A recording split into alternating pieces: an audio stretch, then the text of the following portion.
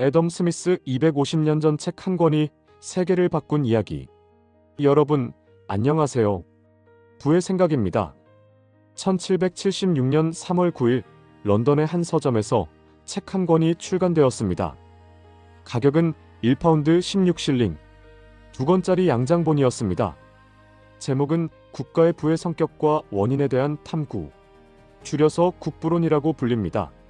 저자는 스코틀랜드의 한 대학 교수였습니다. 그의 이름은 애덤 스미스, 53세였습니다. 이 책은 6개월 만에 초판이 매진되었습니다. 그리고 250년이 지난 오늘날까지 출간되고 있습니다. 이 책은 자본주의의 철학적 기초가 되었습니다. 경제학이라는 학문을 만들었습니다. 그리고 세계를 바꿨습니다. 오늘은 한 권의 책이 어떻게 세계를 바꿨는지 그 이야기를 해보겠습니다. 이 영상이 도움이 되신다면 좋아요와 구독 부탁드립니다. 그럼 시작하겠습니다. 1723년 6월 5일 스코틀랜드 커칼디에서 한 남자아이가 태어났습니다. 애덤 스미스였습니다. 그가 태어나기 몇 달 전 아버지가 세상을 떠났습니다. 어머니 홀로 그를 키웠습니다. 어린 애덤은 건강이 약했습니다. 하지만 머리는 영리했습니다. 그는 책을 사랑했습니다. 14살 애덤은 글래스고 대학교에 입학했습니다. 장학금을 받았습니다. 당시에는 이것이 일반적이었습니다. 스코틀랜드의 똑똑한 아이들은 14살에 대학에 갔습니다. 글래스고 대학교에서 애덤은 프랜시스 허치슨 교수를 만났습니다. 허치슨은 도덕 철학 교수였습니다. 그는 애덤에게 큰 영향을 주었습니다. 도덕 철학이란 무엇일까요? 인간이 어떻게 살아야 하는가에 대한 학문입니다. 선과 악, 정의와 불의, 행복과 덕에 대한 학문입니다. 1740년 17살의 애덤은 옥스퍼드 대학교 베일리얼 칼리지에 장학금을 받고 입학했습니다. 하지만 애덤은 옥스퍼드를 좋아하지 않았습니다. 그는 나중에 국부론에서 옥스퍼드를 비판했습니다. 옥스퍼드와 케임브리지의 교수들은 대부분 가르치는 것을 완전히 포기했습니다. 왜 그랬을까요? 애덤 스미스가 설명합니다. 그들은 부유한 기부금 덕분에 학생을 끌어들일 필요가 없었습니다. 수입이 그들의 능력과 무관했기 때문입니다. 여기서 이미 애덤 스미스의 생각이 보입니다. 인센티브가 중요하다. 보상이 성과와 연결되어야 한다. 1746년 애덤은 옥스퍼드를 떠나 고향 스코틀랜드로 돌아왔습니다. 1748년 25살의 애덤은 에든버러에서 공개 강의를 시작했습니다. 주제는 수사학과 문학이었습니다. 그리고 나중에 부의 진보에 대한 강의를 추가했습니다. 그의 강의는 인기가 있었습니다. 1751년 그는 글래스고 대학교의 논리학 교수가 되었습니다. 애덤 스미스는 13년 동안 글래스고 대학교에서 가르쳤습니다. 그는 이 시기를 인생에서 가장 행복한 시기라고 회상했습니다.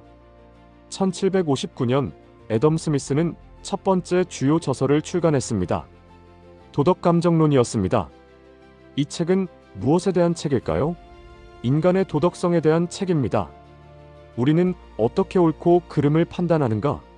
왜 우리는 다른 사람의 고통에 공감하는가? 애덤 스미스는 공감이라는 개념을 강조했습니다. 우리는 다른 사람의 입장에 서서 생각할 수 있습니다. 이것이 도덕의 기초입니다. 도덕감정론은 성공했습니다. 애덤 스미스는 유명해졌습니다. 1764년 애덤 스미스는 놀라운 제안을 받았습니다.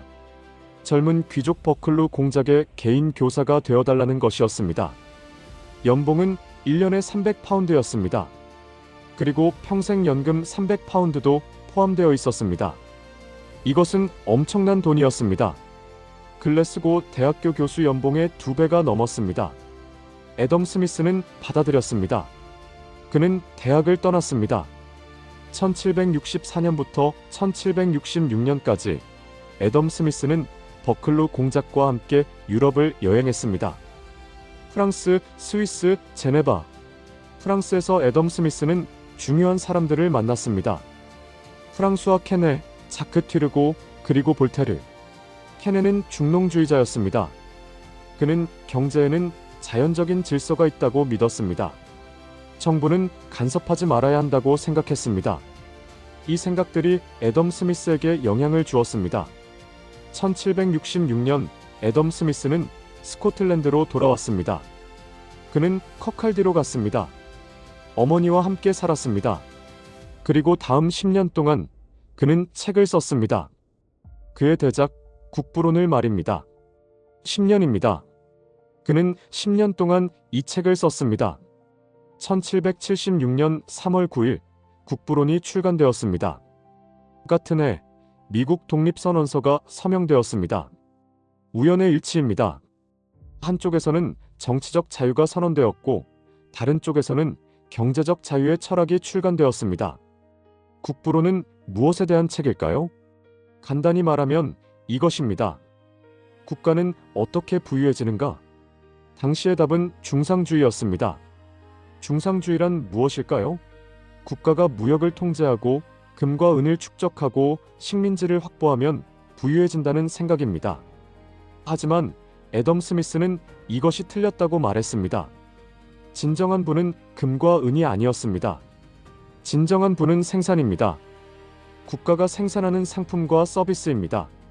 그렇다면 어떻게 생산을 늘릴 수 있을까요? 첫째, 분업입니다. 애덤 스미스는 유명한 예를 들었습니다. 핀 공장입니다.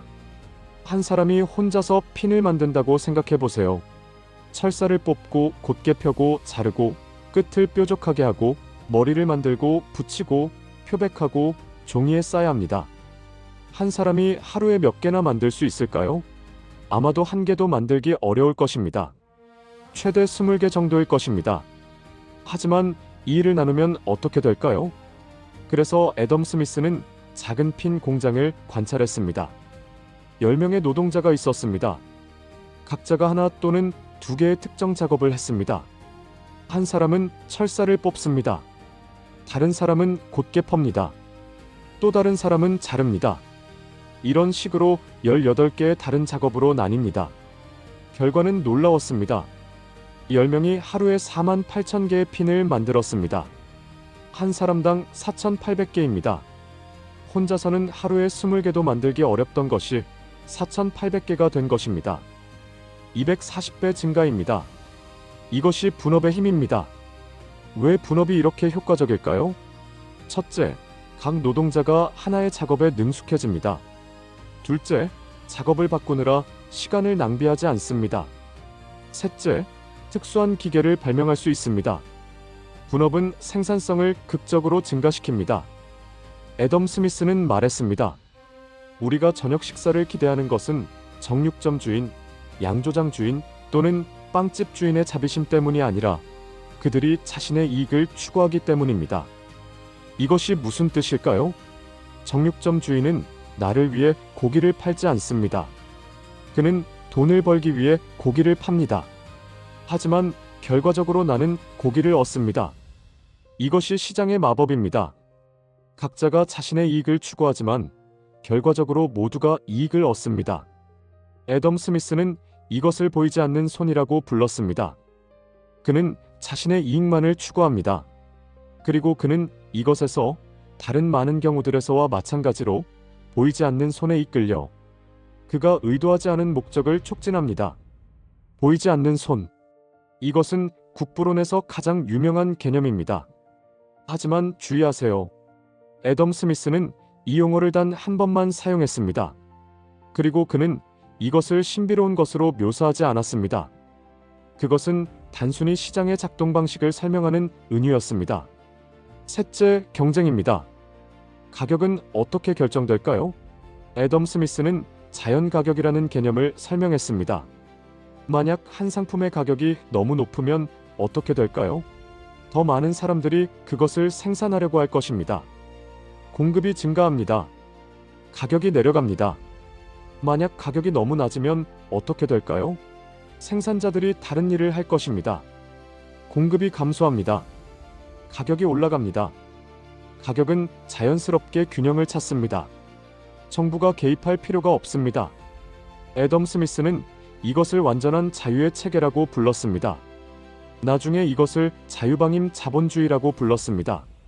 하지만 애덤 스미스는 무제한적인 자본주의를 옹호한 것이 아닙니다. 그는 정부의 역할도 인정했습니다. 첫째, 국방입니다. 외부 침략으로부터 사회를 보호하는 것입니다. 둘째, 사법입니다.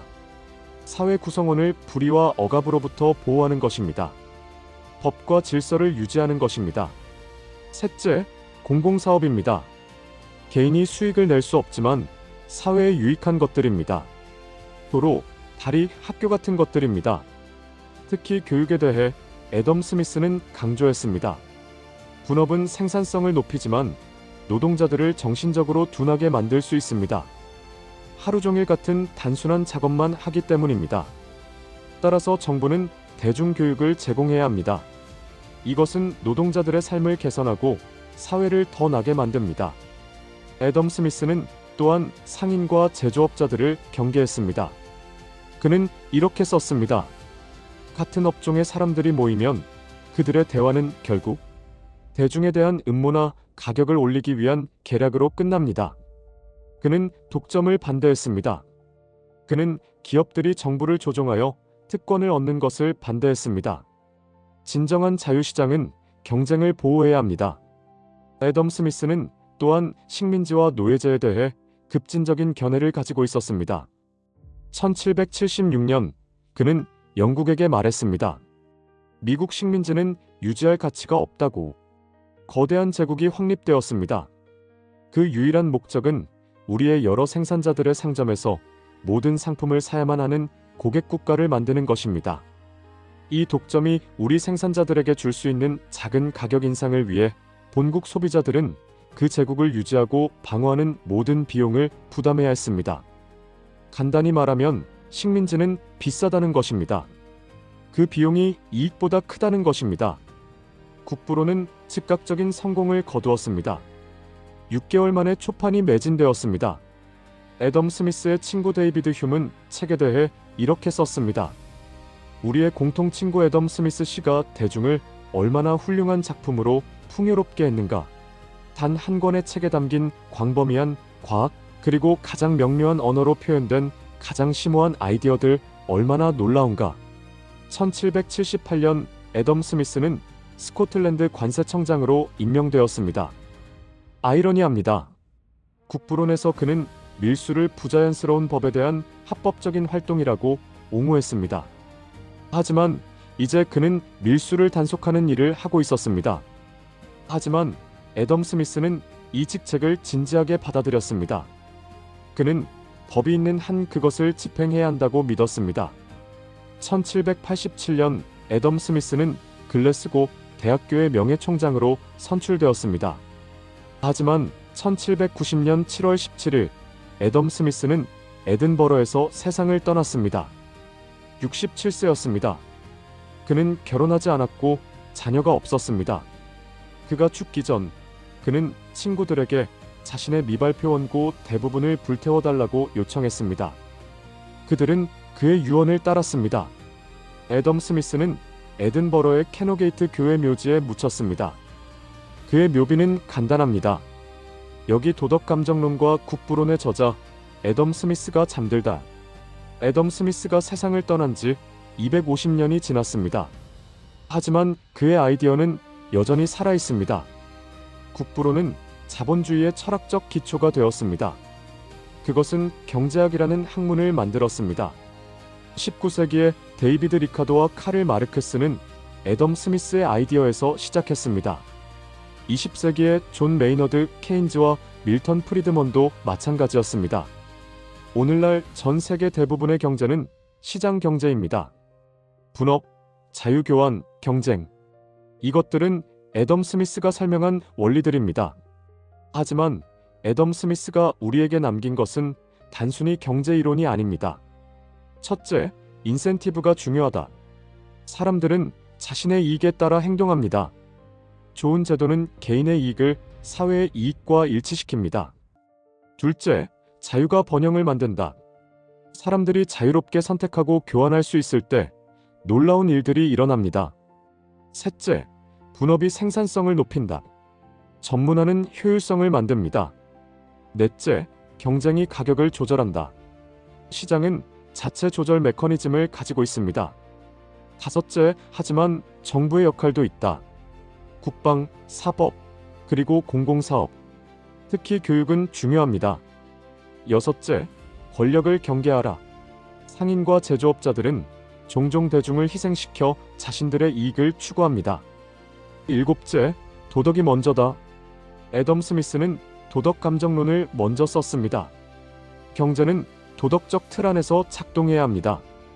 여러분, 애덤 스미스는 냉혹한 자본주의자가 아니었습니다. 그는 도덕 철학자였습니다. 그는 인간 사회가 어떻게 작동하는지 이해하고 싶었습니다. 그는 자비심과 이기심이 대립하지 않는다고 믿었습니다. 그것들은 보완적입니다. 인간은 거의 항상 형제들의 도움이 필요합니다. 그리고 그들의 자비심만으로 그것을 기대하는 것은 헛된 일입니다. 자선은 미덕이지만 그것만으로는 생활 필수품을 제공할 수 없습니다. 이기심이 이 부족함을 해결할 수 있는 메커니즘입니다. 진정한 지혜는 이 두 가지를 균형 잡는 것입니다. 250년 전 한 스코틀랜드 교수가 책을 썼습니다. 그는 10년 동안 그것을 썼습니다. 그 책은 세계를 바꿨습니다. 오늘날 우리가 사는 경제 시스템, 우리가 일하는 방식, 우리가 교환하는 방식, 이 모든 것에 애덤 스미스의 아이디어가 스며 있습니다. 하지만 가장 중요한 교훈은 이것입니다. 아이디어는 힘이 있습니다.